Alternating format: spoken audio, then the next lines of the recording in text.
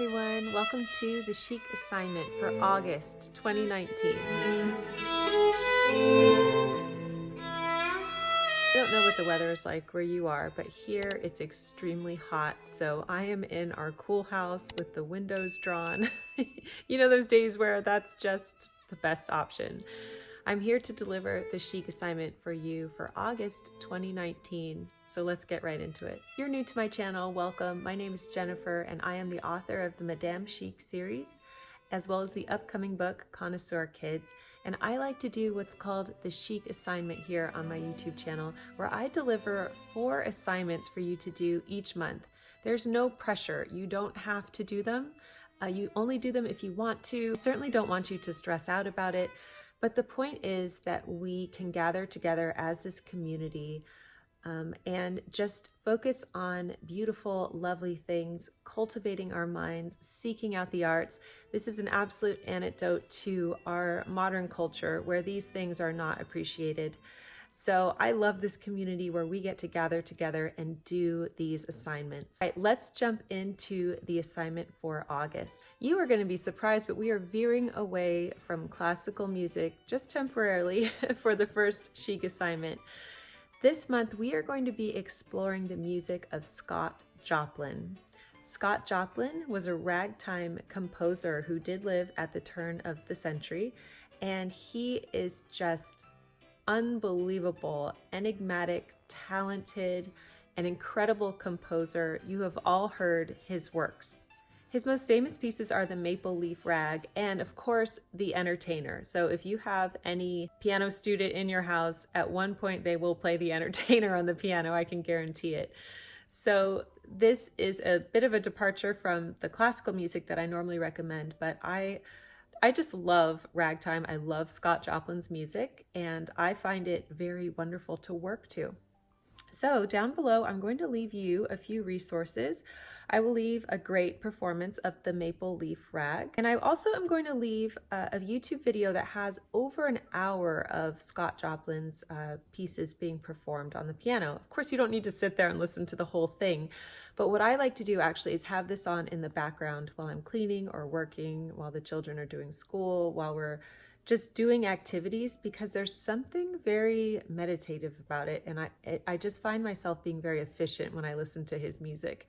So we are going to learn more about Scott Joplin when I check in with you later on this month. But that is Chic Assignment number 1. Okay, Chic Assignment number 2. I wanted to find an artist that lived around the same time that Scott Joplin did, and somebody who I was unfamiliar with, because I want to learn along with you. I've been choosing my favorites up until now, but I have found an artist that I am so excited to learn more about.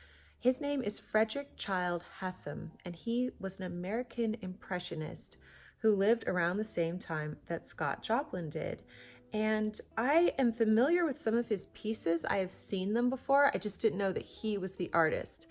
And I have to say, I have found this website with his complete collection of works, and I absolutely love his style of art. And I found so many beautiful pieces that spoke to me.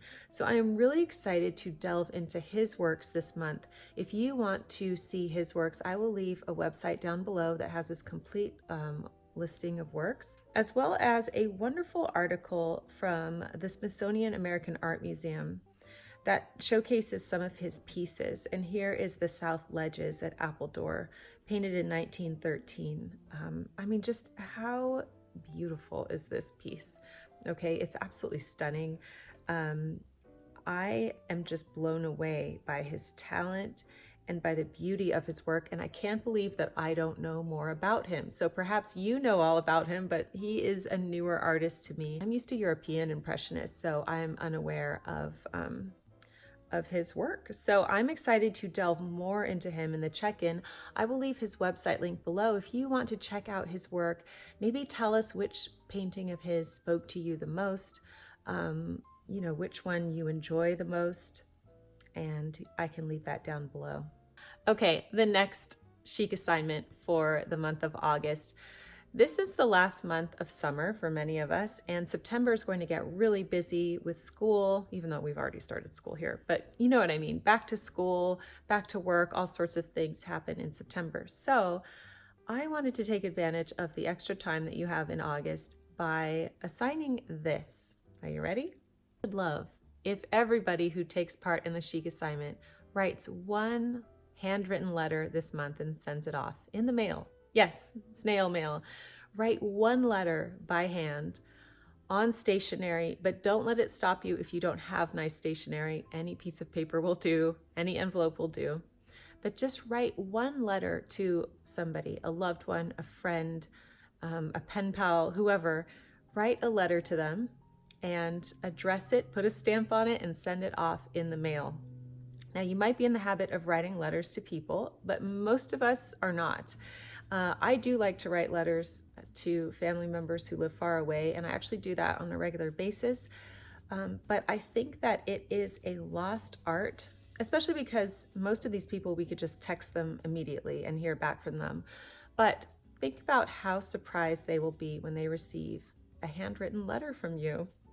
So I would love it if everybody could do this. Just imagine if there were, 10,000 letters being sent this month, and 10,000 people opening a letter and thinking, wow, somebody thought of me and they thought to write me a letter. How special is that? Okay, for the final Chic Assignment, we are going to prepare our wardrobes for the transition in season. So this can be for everybody. It doesn't matter if you do the 10-item wardrobe or not, but it's good at the end of each season to assess what worked for you this year, what didn't work for you, what did you love, what would you change about your wardrobe for next year. Most of us are in the summer and we're headed into fall.